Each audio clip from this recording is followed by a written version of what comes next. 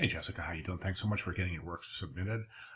We've got the two ads up here, and I'm looking at both, and I think this is a better ad. I think the page is constructed much better. I think it's much more interesting, and I think it's more appropriate for the actual cause itself in terms of being a summer camp. I think it's more interesting to have. Okay, so it's a Little Guppy scuba school, but they're holding a summer camp in the Bahamas. So I think this is interesting that you're showing that, yes, this is available instead of just, going to the Bahamas for a week and just spending the whole time scuba. So this, I think, is an interesting idea. This image here, it's not working. It's a really bizarre image. And this is just it's really super difficult. I'm sure you've noticed, but getting underwater shots of people is really difficult. And I'm going to tell you why. And I've been teaching this class for a long time, and I notice the same thing over and over and over, is that, when you have a person with scuba gear on looking into a camera, they just look like this is just really such bizarre gear that it's almost surreal, and it's just really such a bizarre scene. So I always recommend, if you're going to use underwater scenes, either don't use humans or show them diving and not looking into the camera. Further, if we zoom into this image, we can see that it is not a real good quality image. Down here, we can see a lot of kind of fuzzy areas. And I know it's underwater, but over here, right here especially, I don't know if you'll be able to see this, but right here especially, you can see this really bad pixelization in the background. So that's indicating that this is not the best quality image to use. You can see the same pixelization up here. Okay, so I would stay away from that image. For that reason, I'm going to go ahead and suggest that we don't use this ad. Okay, so this ad, I think, is much better. It's much more airy. It's brighter. It's more cheery.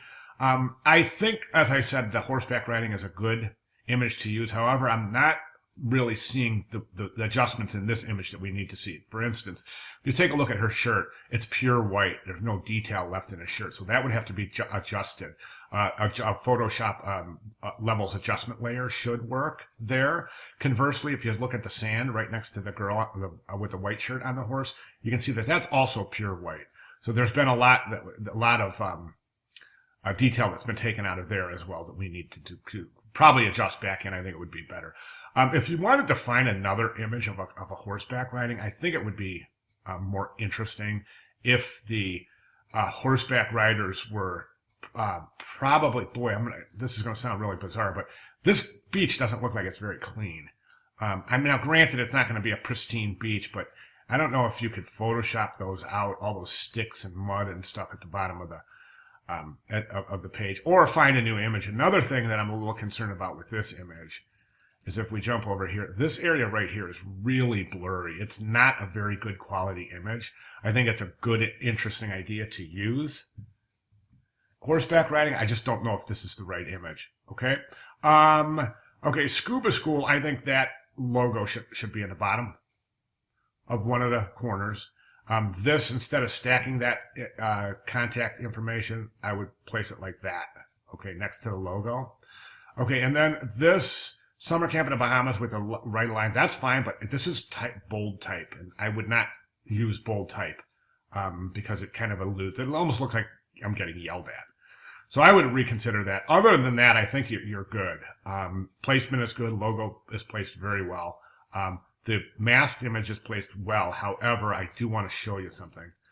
To take a look at this, right around the perimeter of the coral, there you can see the little pieces of blue that are reflecting from the water of the original background.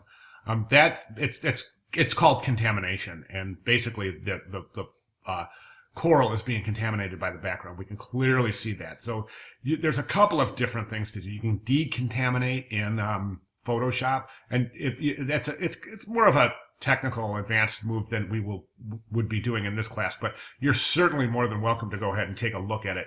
A decontamination process in Photoshop. It'll show you how to get rid of that. Either that or bring that mask a little bit closer to try to get rid of those blue areas. Okay. Other than that, I think you've done a good job. I think the ad is interesting and great job. Can't wait to see this move into the banner. If you have any questions, feel free to give me a holler. Thank you very much.